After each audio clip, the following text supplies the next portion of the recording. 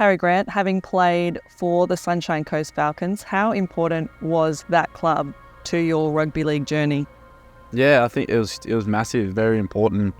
And I look back on my journey and to the NRL, and I think I was pretty fortunate with timing and the way things panned out, playing in the under-20s, a bit of the Colts, and then playing Cup for 2 years of good, solid Cup, and then getting a crack at NRL level. I think I was just very fortunate for those 2 years in Cup, set me up for to be comfortable and ready in NRL level. Yeah. What about Cup set you up for success at those higher levels?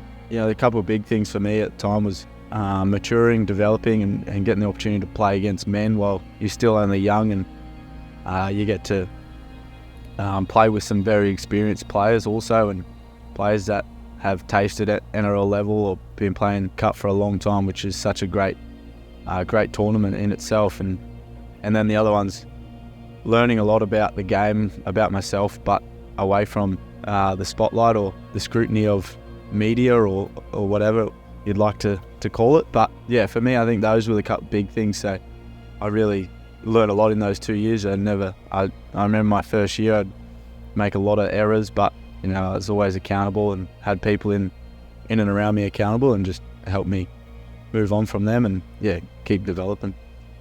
A fair few impressive players in that Falcons side at the time. Yeah, 2019, that's probably always one to look back at and say it's definitely an opportunity that slipped. We had an incredible run throughout the year, and then things just didn't go our way towards the back end of the year and then into finals. But it's pretty cool to look at that team and then look at those players that have gone on to be playing NRL now. But not only the players that have played a fair chunk of NRL, but the guys that were in that team, the Cup players, that and probably some players that didn't really get the opportunity to play NRL, but they were so close, and to play with them was incredible too. Do you think seeing the quality of players playing at that level now, the future of the NRL and the future of what rugby league looks like in this country is bright? Yeah, for sure. I think it's really bright, but it's also, we need to still water our plants and help our players from early days all the way through.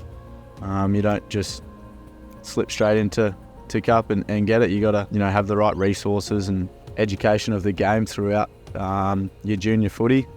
I think that's a big one for us as rugby league players or communities going forward, no matter where it is growing the game and nurturing it. But I think Cup's definitely a great pathway. You look at some of the players, and you look at Dan Russell the other night, 27, making his NRL debut. So I think there's a lot of players that are getting those opportunities at an older age. You're not coming into the NRL system at 19 and 18, 19 and getting a crack. There's a lot of guys that are developing late, and in some instances it's the best for them because you mature, you understand your game, you learn a lot about the game, and then when your time's there, you're ready. So Nicho Hynes is a perfect example.